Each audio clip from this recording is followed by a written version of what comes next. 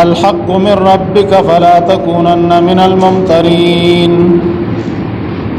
ولكل وجهة هو موليها فاستبقوا الخيرات أينما تكونوا يأتي بكم الله جميعا إن الله على كل شيء قدير الذين آتيناهم الكتاب بدیت کہ اللہ رب العزت رسول الله صلی الله علیه وسلم په حقانیت باندې د نیکانو اهلی کتابونو یو دلیل ذکر کړي او بیا په هغه کې د زديانو او د عنادیانو تذکرہ کړي. الذين آتيناهم الكتاب ها کسان چې موږ هغه له کتاب ورکړه دي یعرفونه پیجنې دي پیغمبر لرا کما یعرفون ابناهم څنګه چې خپل ځامن پیجنې. عبد الله ابن سلام رضی الله عنه بوي چې زما پدې کې شک کې دي چې دا زما زوی زما دی او کنا ځکه ممکنه ده چې زما زنانا زما خزي خیانت کړي وي دا امکان کې دي شي ممکنه ده وي خود رسول الله صلی الله علیه وسلم په حق نبی کې دو کې بالکل څه شک او شبهه نشته وي. مخکنه د الله په کتابونو کې تورات زبور انجیل او په نور صحیفو د انبیاو کې د محمد رسول الله تذکرہ موجود و او خصوصا اهلی کتاب او نبی علیہ الصلوۃ والسلام پیجند الله اهلی کتاب کې چې کوم حق پرست دي نه دی پیجنې او ان فریقا منهم پدې کې وډاله ده لا یکتمون الحق چې هغه حق پټي وهم یعلمون خپويږي خو ته حق معلوم دی او بیا هم حق پټي. نو درې قسم خلق د اهلی کتابو الله دې زینو کې ذکر کړو یو زديان عنادیان چې هغه به اعتراضونه کوي دیم هغه خلق چې هغه پیغمبر پیژني او دریم چې حق ورته معلوم دی به پټي. الحق من ربک دا تسلی د رسول الله صلی الله علیه وسلم دا کله یو انسان سره حق وي او چا پیره معاشره د خلافی لکه د نبی علیہ الصلوۃ والسلام امیان خلاف او مولیان خلاف او مولیان کوم چې کم خلق په مسله پوي او نو دا غینه چا پیرو مولیانو هغه باطل برسو نو هغه هم په خطر کې ژوندۍ تیرولو اظهار د حق نشو کولای او چې چا د حق اظهار کړو نه د سر نه دنګلو لکه د عبد الله ابن سلام رضی الله عنه د وینو په سبب ته کې ګرځیدل دا سید نور صحابه چې هغه په اهلی کتاب کې تقریبا نه یا لس مليان د يهودو هغه مسلمانان شو ډیرو کم خلکو په ایمان راوړو سره د دینه چې خو د نبی رسول الله حقانیت ته معلومو وجه دا چې يهود یو ډیر سخترین او رذیل قوم دي هغه بیا خپل سره نه پیژني چې څوک مسلمان شي اسلام قبول کړي. نو الله تسلی ورکړي نبی رسول السلام ته الحق من ربک حق ستاسو رب د طرف نه دی حق ثابت دی ستاسو رب د طرفه الکه دې خلاص دې کې کېن سره ځان سره کې نو منډي سره توجه غوړې دا دې کې کېنو پاسه ما الحق من ربک حق ثابت دې ستاسو رب د طرفه فلا تكونن من الممترين نتم کېګه د شک کوونکو نه حق ثابت دې د الله د رب د طرف د الله د جانب نه چې هغه ستاسو رب دې نبی علیہ الصلوۃ والسلام ته کوم وحی راغلی و د الله د جانب نتم کېګه د شک کوونکو نه دې اعتراض راځي چې رسول الله خو شک نو کړی نو د الله نهي یا د الله امر رسول الله صلی الله علیه وسلم ته دا مستلزم د دې نه چې پیغمبر دا کار کوي نه کوي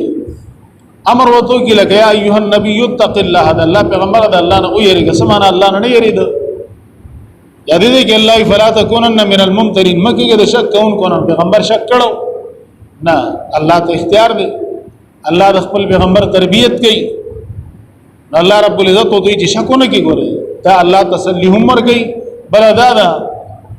چې فلا تکونن من الممترین خطاب رسول الله ته مراد ته امت دی چې فلا تکونن مکهګه ته شکون کو نه خطاب نبی علیہ السلام ته دی او اور ایمونتا وای مونته جو ګره د نبی علیہ السلام په کتاب کې د نبی علیہ السلام په دی راوړي دین کې شکونه کې دا د الله د جانب دی او پیغمبر علیہ السلام ته جلای تق الله نو معنا دا چې همیشه د الله نه یریږي څنګه چې اوس یریږي ولکلن وجهتون هر چا د پاره یو طرفی د مخ ګرځولو هو مولیا چا مخ ګرځي هغه ته فاستبقوا الخيرات نو وړاندې شي کارونو د نیکۍ ته یو طرف ته مخ ګرځول الله رب العزت وي د هر چا د پاره یو قبله ولکل وجهه هر چا د پاره یو طرف د مخ ګرځولو یا صحیح دی یا غلط دی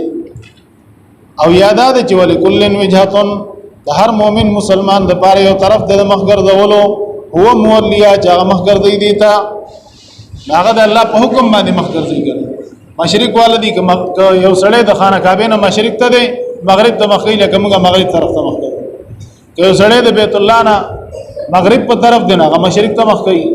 یو سړی شمال ته دی نه جنوب ته مخ کوي که جنوب ته دی نه شمال ته مخ کوي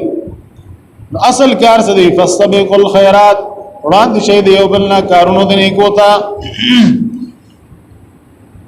یو بل نه وړاندې شي مقابله او کوي سیالي او کوي صحابه به سیالي کوله یو موقع صحابه ته پوښتنه کو غریبانه نبی عليه السلام ته د الله پیغمبره ذهب اهل الدثور بالاجور مالدار خو ثوابونه وګټل ویولي وهم يصلون كما نصلي اي زمونږ د مزغونی مسکی زمونږ د روزغونو روزه نيسي وهم يتصدقون واغي صدقه کوي امون سره سوي مالونه نشته چې صدقه وکړو نبی عليه السلام ته منځنه بعد اذکار وکړل سبحان الله الحمدلله الله اکبر وای سره دې ډیر شو د الله پیغمبر هغه مالدارم زمونږ د ذکرونه یاد کړو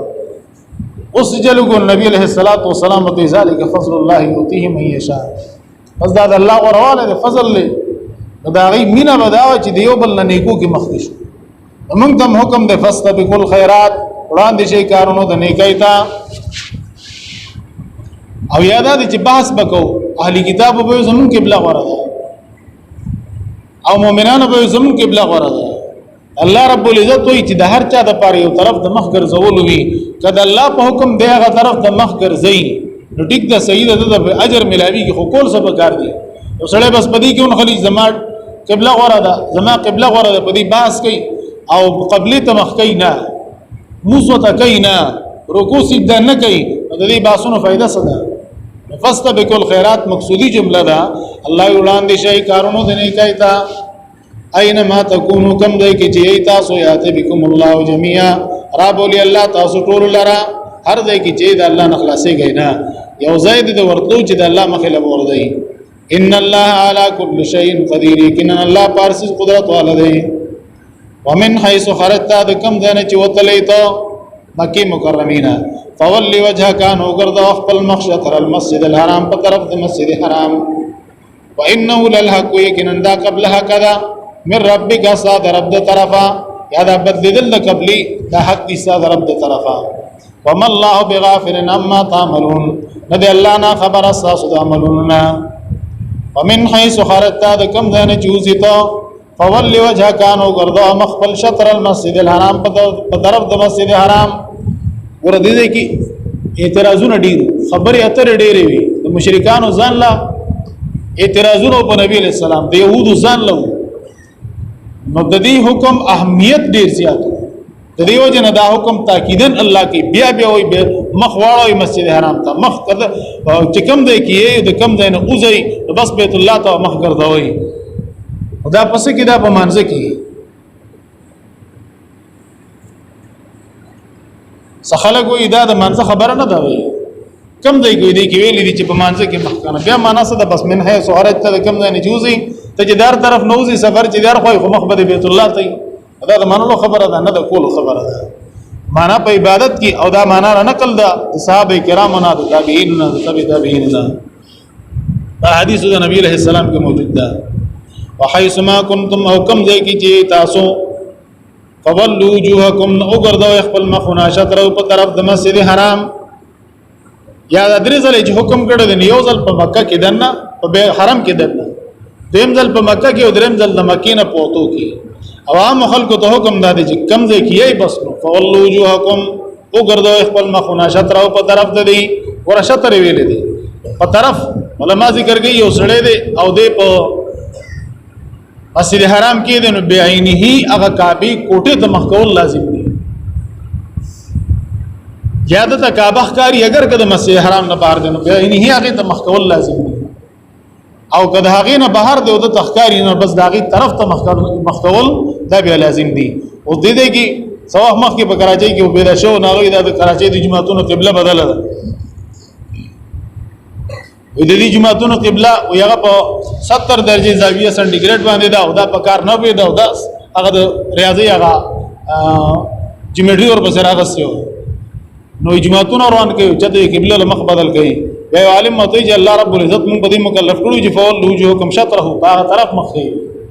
یعنی د هر ځای نه خاص کعبه ته مخ کول دا فرض نه دي بس په هغه طرف چې کوم طرف ته کعبه ده. فول وجوهکم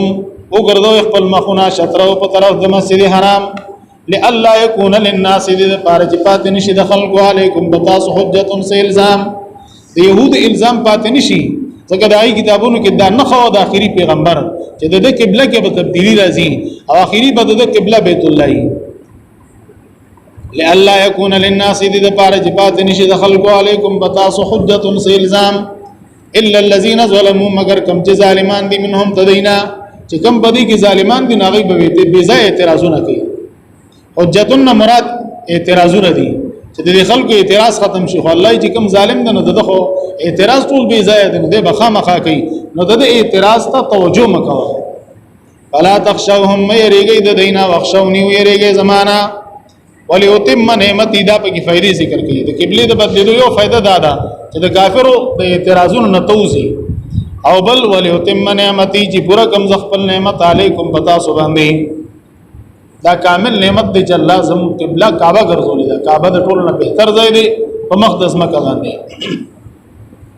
او درې مل الله کوم تهتدون دې لپاره چې تاسو هدایت مومئ دې لپاره چې تاسو په هدایت باندې شئ. نو قبله سبب د هدایت دی څنګه چې قران سبب د هدایت دی رسول الله سبب د هدایت دی نو کعبه دې طرف ته مخ کول دا سبب د هدایت دی. او دا درې فائدې په بیت الله طرف ته مخ کولو کې چې خلکو اعتراض ختم شي نعمت د الله پوره شي ولعلکم تهتدون دې لپاره چې تاسو هدایت مومئ. واخر دعوانا الحمدلله.